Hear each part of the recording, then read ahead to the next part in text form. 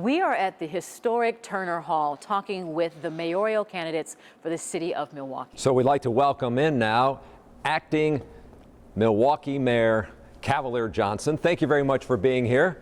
Absolutely. Thank you guys for having me. All right, let's get right into it. When you look at the overall population of the city of Milwaukee, in the last 10 years, the population has dropped by 18,000 residents. When compared to Madison, Madison has added 36,000 over the last 10 years. So how do you create sustainable, good-paying jobs to reduce poverty, provide equitable growth to the city?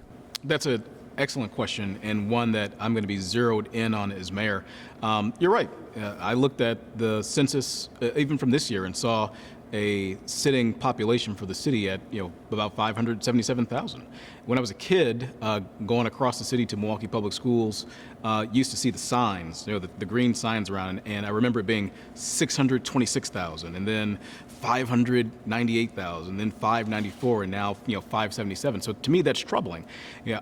I'm a person that likes cities, not just because I'm the mayor of a city or served in the city. I just think cities are where dynamism happens, where energy happens, where population and culture happen.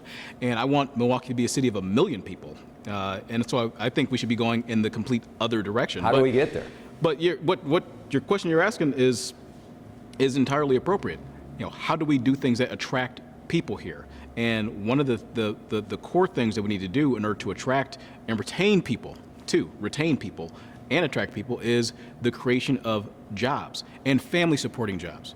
And so to me, it's not enough for us to sit back and think that what's happened over the course of the last couple of years is enough. We need to have a new approach for job creation in the city. There's not going to be a silver bullet approach where there's going to be one manufacturer that comes in and has 10,000 jobs. We need to look at a number of different ways. And there are avenues right now currently that unfortunately we've just been sleeping on in this community. We need to wake up to. Such as? Like getting our people, whether they're youth or adults, into apprenticeships, trade unions, and the like. No, these are opportunities for folks who live in the most oppressed neighborhoods in the city to have access to family supporting jobs. Not just there, but development. Now, there's been a lot of development that's been happening in Milwaukee, downtown, on the east side, in Walker's Point, and in Bayview, and that's great, and I want to encourage that. But I tell developers even now that there's a lot of city out there, farther north and farther west in the city, that they're not taking advantage of. And so we need to continue to push those things forward too. And President Biden, often talks about building back better, building America back better. Well, to me, and maybe I'm biased, there's no better place in the United States to do that than right here in Milwaukee.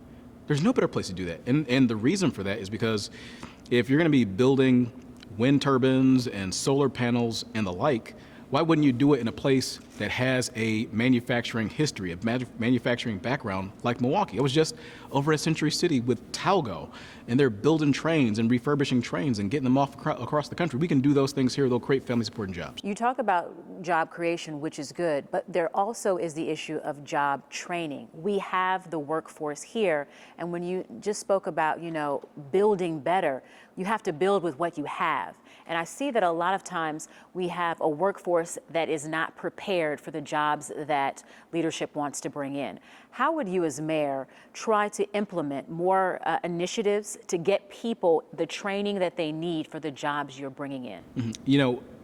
Before I had the opportunity to come into government, I worked in workforce development.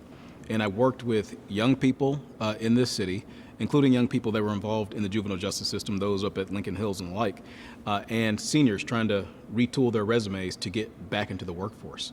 And there is an entity here in town. It serves the entire county, but there's a focus on the city, and rightfully so. It was called the Private Industry Council back in those days, then became the Milwaukee Area Workforce Investment Board, and now is called Employ Milwaukee. It's a great resource right on 27th and North Avenue, and there's new leadership there at the helm that I think continued partnership with me and my administration as mayor and Employ Milwaukee will help citizens in this city to know that there are opportunities to get linked up with true family support and job opportunities, but also with training. And I touched on, towards the beginning, apprenticeships and trades and the like. I mean, today, citizens in our city can get linked up with a host of trade opportunities. They will train you. They will give you the training and then set you off for a career where you can make a family supporting wage. That's critically important for folks to understand. We need to spread the word about that. So you're a product of MPS schools.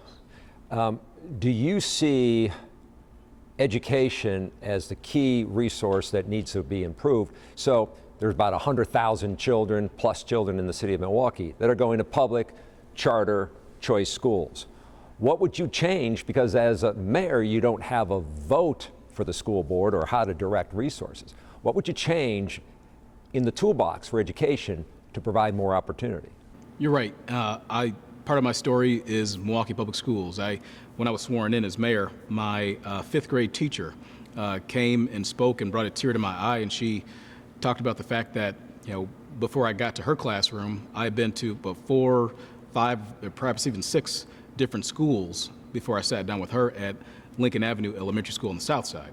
I've been to schools on the far northwest side, on the far southwest side, and all over before I finally got to her. So to me, I started, stayed, and succeeded at MPS before it was a cool slogan.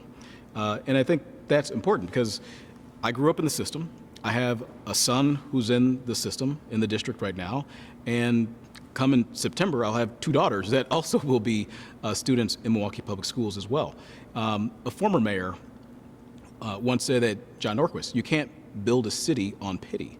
And to me, as a young person who grew up in Milwaukee Public Schools, that took advantage of a number of the programs that were available at non-for-profit organizations in the city, I understand that you need a foundation to build a city off of. And that foundation, to me, I believe, is both education and employment, like we talked about earlier. But does the foundation need to be fixed, changed? What tool is not in the toolbox? Yeah. What partnership is not happening? Because not everyone is benefiting. Yeah, absolutely, absolutely. And to me, as mayor, my belief is this, right? The mayor doesn't play directly in education, and we all know that. But that doesn't mean that the mayor can't have an effect on education in Milwaukee. I believe that a mayor can. And so if a young person is going into a classroom and they're hungry, well, that's something the mayor can do something about. If a young person is going into a classroom and they've experienced trauma in their lives, well, that's something that a mayor can do something about. If a young person needs wraparound services after school, then that's something that a mayor can do something about, right? So to me, it's about making sure that we set our kids up for success before they even enter the classroom. All of those things that affect kids before they go and do their studies, those are things that a mayor can be effective on, and that's what I intend to do. Okay, let's talk about some other things that a mayor can have an impact on, and that is city government and the structure of city government and who you appoint. How would you change, or what would you change in city government, and how would you implement those changes? Because the system is broken in some effects on how the city is run. So where do you see there being fractures that you think you could come in and make a change and a difference? Well, governing and democracy in itself, they are messy things, right? The government is slow for a reason, because we should be working to get things right. And I know that can be frustrating to some folks, because folks think that, much like business, an executive should be able to snap their fingers and make things happen. But that's not what government is about necessarily. It's about being a little slower. It's about being a little more deliberate.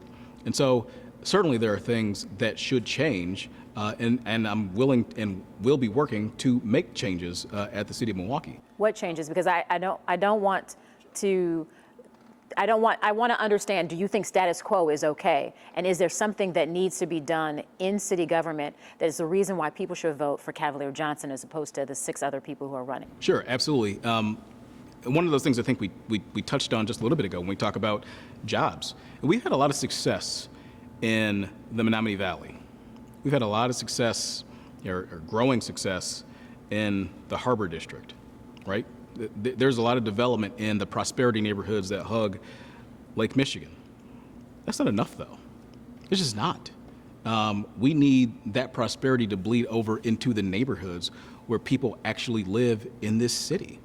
And so for me as mayor, I'm going to be working with the Department of City Development and really all of our partners from the county to the state, to the federal government, to make sure that there are opportunities for our folks, our citizens in the city to be able to work and create new development in the neighborhoods. Like I said before, when I talk to folks in business and developers, I tell them, don't just look at the prosperity neighborhoods. You have to look at the rest of the city in order to find opportunities here.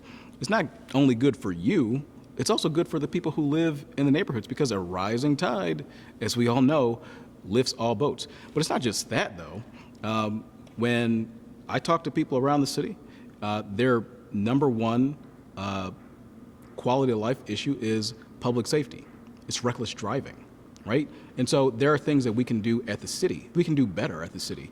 Well, can I ask you about that then? Because public safety is a big issue, and I looked at your public safety plan. You've got 10 pages, and it includes a lot of words or sentences that begin with create, support, increase, expand. So you're talking about things that need to happen. But how will you drive down crime if the city doesn't have the money to increase spending? Well, I'm glad you asked that question, because that's one of the chief things that I've been working on as council president. One of the chief things that I'll be working on as mayor as well.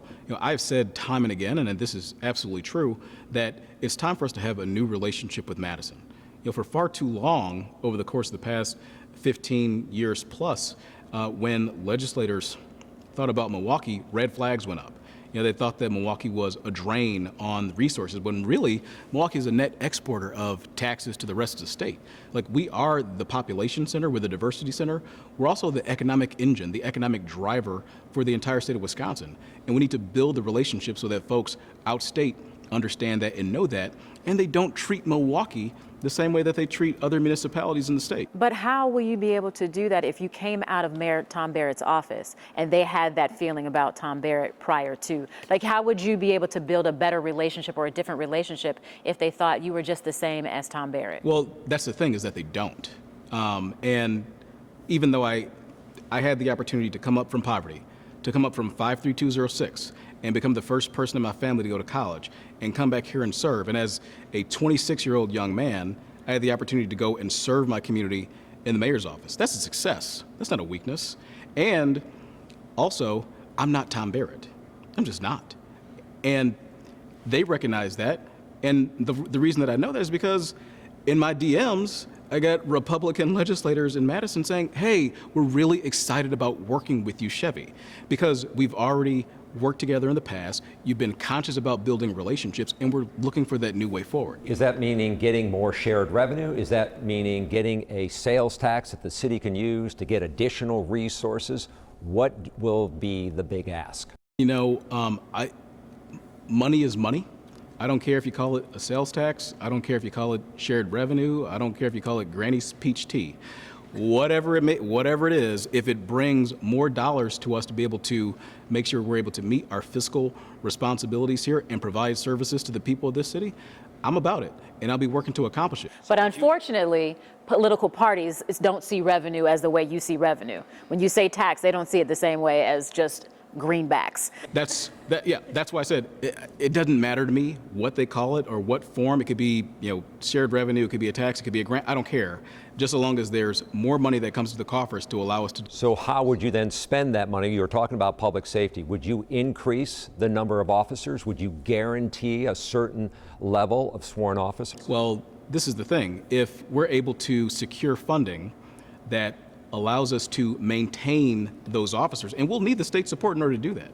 Like, we're not making it up when we say we're constricted in our ability to raise revenues. We're not. We're limited to the property tax and the other largest form of revenue that we get, which is shared revenue from the state. If the state's not willing to put more money into that, or via a tax that allows us to have more money there, or a grant or some other public safety maintenance of effort program, we're going to have some difficulty with doing that. I'm interested in doing it, but I know, and just being real, right, with the citizens of the city, I'm going to need help. And I'm going to need the state's help in order to accomplish it. Can you guarantee no more cuts to sworn police officers? Not at this time. And I don't think that really nobody realistically can until we get this figured out with the state. Nobody should be saying that they're guaranteeing anything. Everything should be on the table as of right now because we have to fix the fiscal house, but we need the state to be our partner in order to. Do you have a timeline on if you are elected mayor, you would really make this a priority and get some results in to getting some answers on how you create additional revenue? Look, I've already started having conversations with Republicans in Madison. I started before I even took office as mayor. I'll continue to do that. I know, many of them are leaving. The session is ending. They're going to be going for election, and then we'll be coming back in the next session in January. My intention is not to wait until they get back into session. I'm going through my own election right now, but I've said that I'm going to have a cot in the Capitol. And fortunately, I went to UW-Madison. I've been up and down that road a million times. I can do it in my sleep, and so it's nothing for me to do that. That's exactly what I'm going to do. We appreciate your time, Acting Mayor Cavalier Johnson. Thank you. Good luck. Absolutely. Thank you. Thank you.